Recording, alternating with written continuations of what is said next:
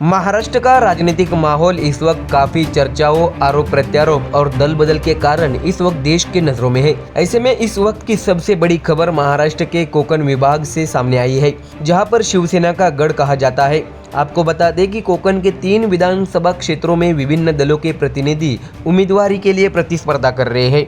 ऐसे में कुडाल मालवन विधानसभा सीट को लेकर महायुति में घमासान शुरू हो गया है। इस निर्वाचन क्षेत्र में वर्तमान विधायक ठाकरे गुट के वैभव नाइक है, तो वही पूर्व सांसद रहे और मौजूदा सांसद नारायण राणे के बड़े बेटे नीलेश राणे उसी कुडाल मालवन विधानसभा क्षेत्र से अब चुनाव लड़ेंगे। वही सांसद नारायण राणे के छोटे बेटे नितेश राणे बीजेपी के कनकौली विधानसभा क्षेत्र से चुनाव लड़ने जा रहे हैं। हालांकि चर्चा है कि बीजेपी पार्टी से वंशवाद को खत्म करने के लिए बीजेपी ने नया दांव खेला होगा। इसकी वजह से बीजेपी नेता नीलेश राणे पर गाज गिरी है। सूत्रों के मुताबिक एक ही घर के 2 लोगों को बीजेपी से विधानसभा की उम्मीदवारी नहीं मिलेगी, इसलिए ऐसी संभावना है कि नीलेश राणे को शिंदे की शिवसेना में शामिल होना पड़ सकता है और तीर धनुष के साथ चुनाव भी लड़ना पड़ सकता है।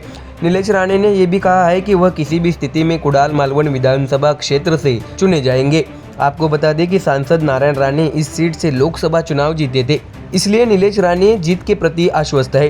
तो वही मुख्यमंत्री एकनाथ शिंदे ने आज कुडाल मालवन निर्वाचन क्षेत्र को लेकर भाजपा नेता नारायण राणे से उनके वर्षा निवास पर मुलाकात की। जब सांसद नारायण राणे को एहसास हुआ था कि भाजपा को कुडाल मालवन निर्वाचन क्षेत्र से उम्मीदवार नहीं मिल रहे हैं।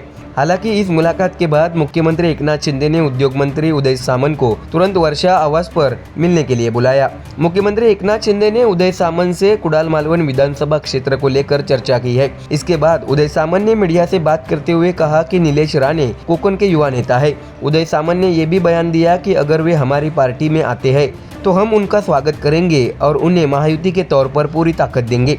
इसलिए पूर्व सांसद नीलेश राणे कुडाल से विधानसभा चुनाव लड़ने की इच्छुक है। हालांकि यह जल्द ही तय हो जाएगा कि वह यह चुनाव बीजेपी के चिन्ह पर लड़ेंगे या फिर शिवसेना के तीर धनुष चुनाव चिन्ह पर। इसलिए सभी का ध्यान इस बात पर है कि वरिष्ठ स्तर पर क्या फैसले लिए जाते हैं।